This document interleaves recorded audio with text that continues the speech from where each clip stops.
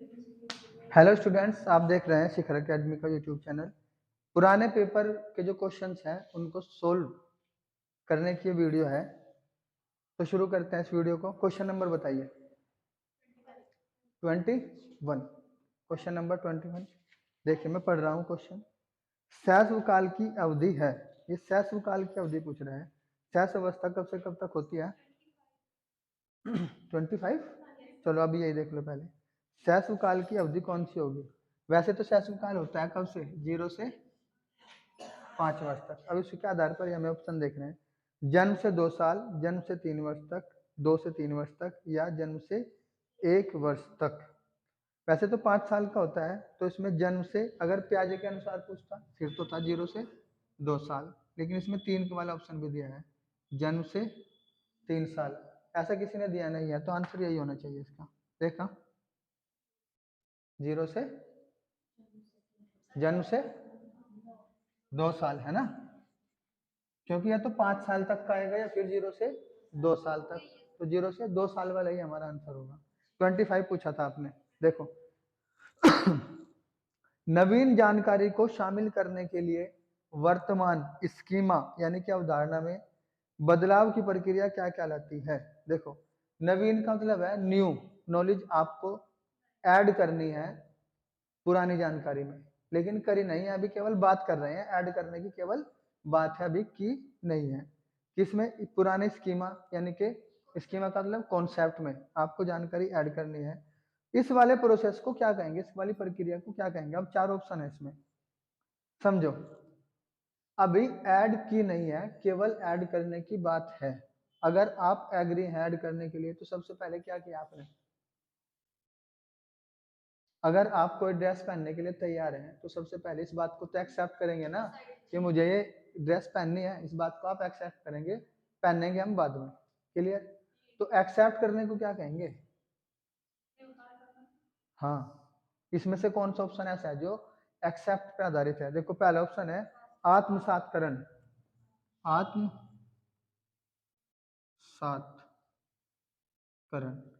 जब आप किसी चीज को आत्मसात का मतलब स्वीकार कर लेते हैं, इसका ही मतलब है स्वीकार करना, यानी कि एक्सेप्ट करना।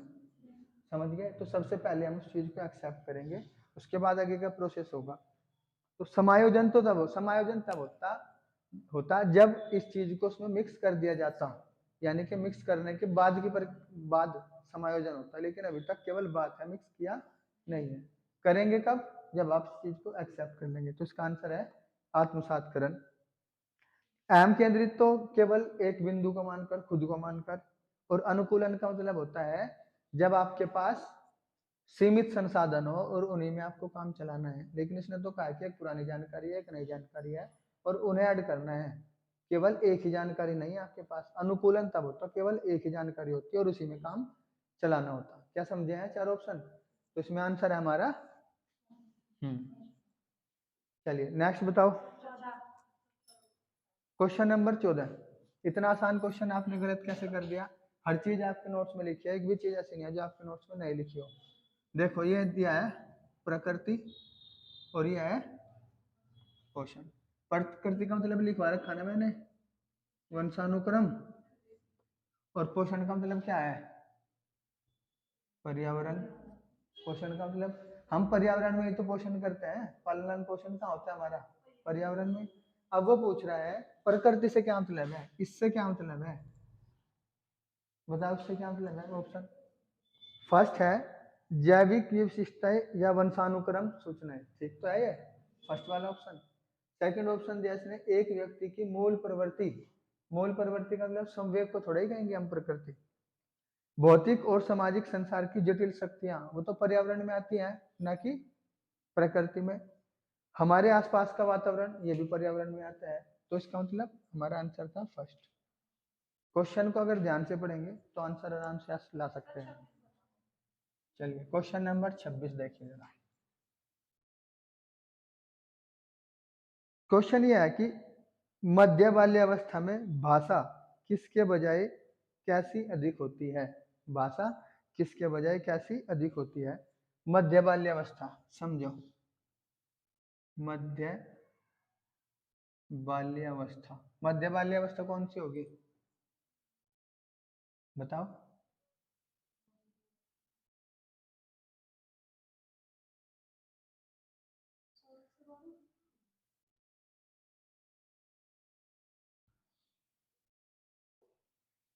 बाल्यावस्था के 3 पार्ट कर दो, पहला, दूसरा और तीसरा। जो बाल्यावस्था कब से शुरू होगी? 6 साल से। तो 6 से लेकर 6 और 7 तो इसमें आ जाएंगे, 8 और 9 इसमें आ जाएंगे, 10 और 11 इसमें आ जाएंगे। समझ गए? अब समझो मध्य बाल्यावस्था की बात कर रही है, इसकी मध्य बाल्यावस्था। अब मुझे एक बात बताओ आप, क्या 8 से 9 साल के बच्चे की भाषा सामाजिकृत के बजाय एम केंद्रित होती है? क्योंकि सामाजिकृत का क्या मतलब है? समाज, एक मिच्योर भाषा। क्या 8 से 9 साल के बच्चे की भाषा मिच्योर होती है? मिच्योर भाषा को ही सामाजिकृत कहते हैं। तो ठीक है ना, ये सामाजिकृत के बजाय अहम केंद्रित होती है। अहम केंद्रित का मतलब है जो केवल अपने बारे में सोचे, बच्चा केवल अपने बारे में सोचता है। 8 से 9 साल के बच्चे को अगर आप मार्केट ले जाएंगे या कहीं पे भी मेले में ले जाएंगे, तो आपके पास पैसे है या नहीं है उसे कोई मतलब नहीं है। आपके पास पैसे हैं या फिर नहीं है उसे कोई मतलब। तो जब बच्चे को आप लेकर जाते हैं मेले में या कहीं पे भी मार्केट में, तो होता क्या है, आपके पास यानी कि माँ बाप के पास या किसी के भी जिसके साथ भी गया उसके पास पैसे हैं नहीं, उसे कोई मतलब नहीं है। उसे ये खिलौना चाहिए तो उसे ये खिलौना चाहिए, उसे मतलब नहीं है। क्यों? अहम केंद्रित, यानी कि अपने आप को मानकर, वो उसे केवल अपने आप से मतलब है। ये अहम केंद्रित जब हम अपने आप से मतलब रखें। क्या बात समझ पाए? अब यहाँ पर ठीक तो है ना ये बात, इस उम्र के बच्चे ऐसा ही तो होता है। अब सेकंड ऑप्शन देखो, जीववादी और सामाजिक। ये कह रहा है कि जीववादी के बजाय, जीववादी का कोई मतलब है ही नहीं यहाँ पर, और सामाजिकृत अधिक होती है। ये यहाँ पर भी गलत है कि सामाजिकृत उसकी भाषा मिच्योर भाषा नहीं हो सकती। फिर है परिपक्व के बजाय अपरिपक्व अधिक होती है। जिस उम्र में वो है ना, इस उम्र में भाषा उस उम्र के हिसाब से मिच्योर ही है, उस उम्र के हिसाब से, लेकिन समाज के हिसाब से वो अनमिच्योर है। ये भी ऑप्शन गलत हमारा। फिर है एम केंद्रित, इसने पहले वाले ऑप्शन को उल्टा कर दिया। इसने कहा कि भाषा एम केंद्रित की बजाय सामाजिकृत होती है, तो सामाजिकृत तो नहीं होती। ये भी गलत, इसलिए हमारा ऑप्शन फर्स्ट बिल्कुल सही। क्या आप समझ पाए? नेक्स्ट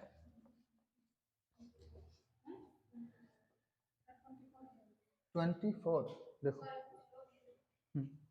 24, जब वयस्क सहयोग से सामंजस्य कर लेते हैं तो वे बच्चे के वर्तमान स्तर के प्रदर्शन को संभावित अक्षमता के स्तर के प्रदर्शन की तरफ प्रगति क्रम को सुगम बनाते हैं। इसे क्या कहा जाता है?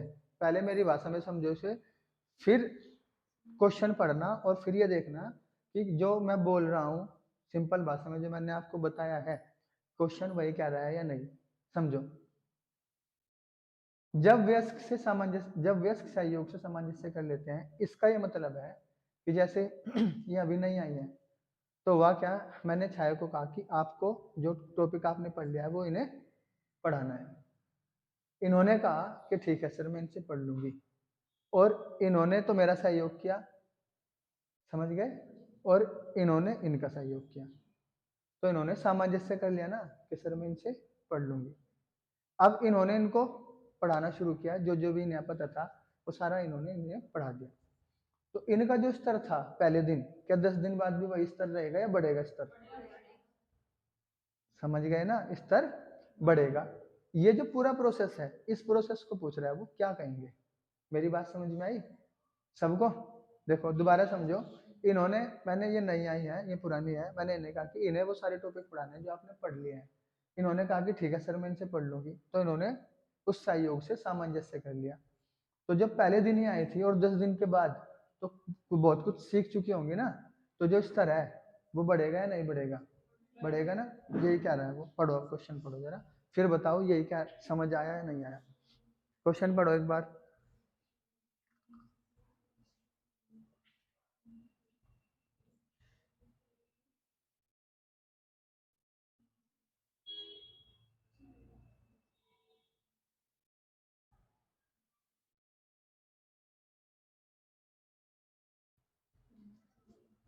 क्या वही बात कही गई है जो मैंने आपको सिंपल शब्दों में बताई है? समझ गए? अब मैं क्वेश्चन दोबारा पढ़ता हूँ।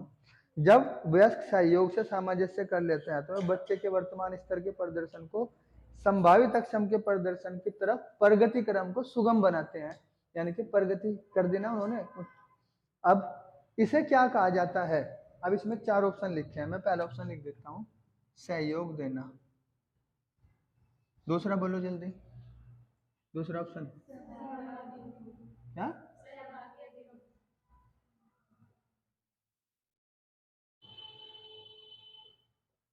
तीसरा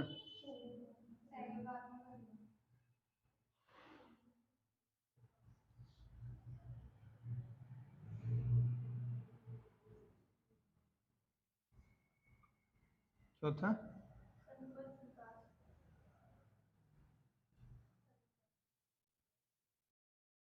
बहुत छोटा छोटा सा इसमें फर्क है। चारों ऑप्शन को मैं समझा रहा हूँ, बड़े ध्यान से समझना। पहले यहां से शुरू करते हैं, संयुक्त विकास सिद्धांत। संयुक्त विकास सिद्धांत किस पे आधारित था? बच्चों पे, शिक्षक पे? ये तब होता जब शिक्षक बच्चों को सिखा रहे होते, लेकिन यहाँ शिक्षक की तो बात नहीं है, क्योंकि यहाँ कहा गया वयस्क। अब वयस्क का क्या मतलब है? एक ही क्लास के 2 बच्चे। वयस्क का मतलब एक ही क्लास के 2 बच्चे। तो यहाँ पर बच्चा ही बच्चे को सिखा रहा है, तो वे शिक्षक तो नहीं है, इसलिए ऑप्शन गलत। अब यहाँ जाओ, सहयोगात्मक अधिगम। जब 5वीं क्लास का बच्चा, 6ठी क्लास का बच्चा 5वीं क्लास के बच्चे की हेल्प करे, जब बड़ी क्लास का बच्चा छोटी क्लास के बच्चे की हेल्प करेगा, तब होगा सहयोगात्मक अधिगम। क्या मेरी बात समझ पाए? जब बड़ी क्लास का बच्चा छोटी क्लास के बच्चे की हेल्प करे तभी होता। क्या यहाँ पर ऐसा दिया? क्योंकि यहाँ पर तो व्यस्क दिया, व्यस्क का मतलब है एक ही क्लास के बच्चे हैं, तो ये भी गलत। अब आ जाओ, सहभागी अधिगम। सहभागी अधिगम तब होता, सहभाग का मतलब है जिसमें सबका समान भाग हो। सहभागी अधिगम तब होता जब एक प्रोजेक्ट दिया जाता और 5 बच्चे होते हैं, कम से कम 2 बच्चे होते हैं, और उन सब के लिए वो प्रोजेक्ट नया होता, तब वो सारे पार्टिसिपेट करते, उस पार्टिसिपेशन को क्या कहा जाता? सहभागी, क्योंकि सबका समान भाग होता है इसमें। क्या ऐसी कोई सिचुएशन है यहाँ तो एक को आता है एक को नहीं आता है, तो ये ऑप्शन भी हमारा गलत हो जाता है। अब एक ही क्लास का बच्चा दूसरी अपने ही क्लास के बच्चे की हेल्प कर रहा है, तो क्या कर रहा है वो? इसे क्या बोल सकते हैं हम? क्या बात समझ में आई? चारों ऑप्शन को मैंने बहुत ही खूबसूरती से बताया आपको, ये याद रखना कौन सा ऑप्शन कहाँ यूज होगा। क्लियर सबको? चलो नेक्स्ट बताओ।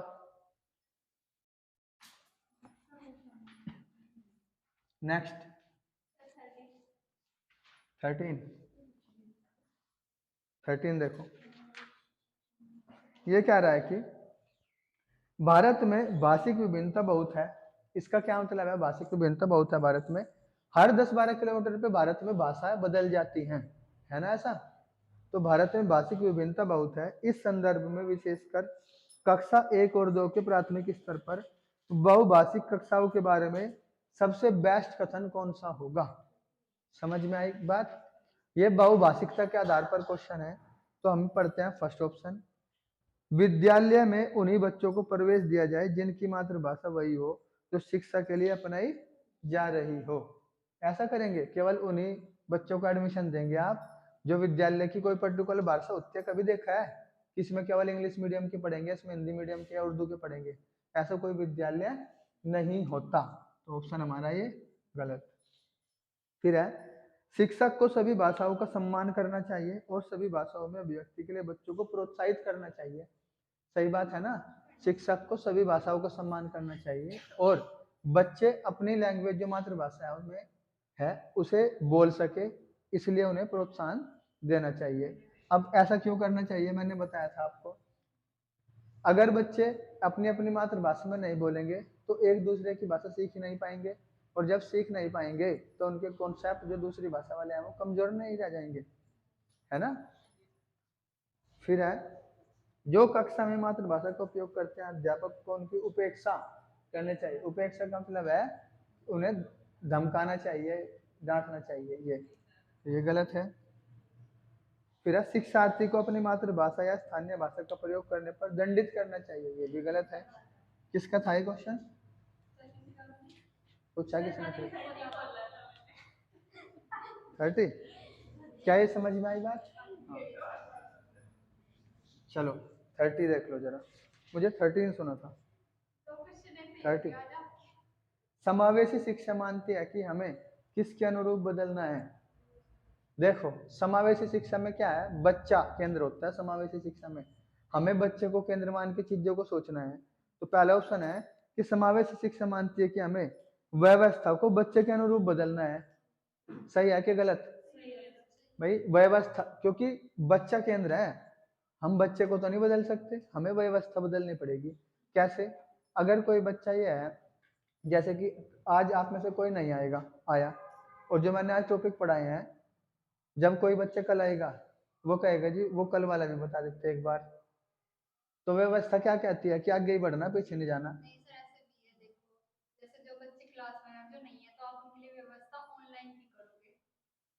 हाँ तो बच्चे के अकॉर्डिंग है ना, बच्चों के बच्चों के अकॉर्डिंग ही तो ऑनलाइन की व्यवस्था की गई। अब जब बच्चा मुझे कहेगा जी मैं कल नहीं आया था, मुझे कल वाला बता दो, तो मैं थोड़ा ही कहूंगा नहीं व्यवस्था ही है कि आगे की तरफ चलेंगे हम, पीछे की तरफ नहीं जाएंगे, अब नहीं मैं बताऊंगा। लेकिन नहीं, बाल केंद्रित शिक्षा है, पहले मुझे पिछला वाला पढ़ाना पड़ेगा, उसके बाद ही मैं आगे बढ़ूंगा। क्यों? क्योंकि मैंने व्यवस्था को बदला है बच्चे के अकॉर्डिंग। तो फर्स्ट ऑप्शन यही कह रहा है कि व्यवस्था को बच्चे के अनुरूप बदलना है, तो सही तो है। फिर सेकंड है परिवेश और परिवार से क्या मतलब है? परिवेश का मतलब क्या होता पर्यावरण, परिवेश का मतलब पर्यावरण। फिर तीसरे ऑप्शन में क्या रहा है कि बच्चे को व्यवस्था परिवेश के अनुसार बदलेंगे, बच्चों को नहीं बदलेंगे।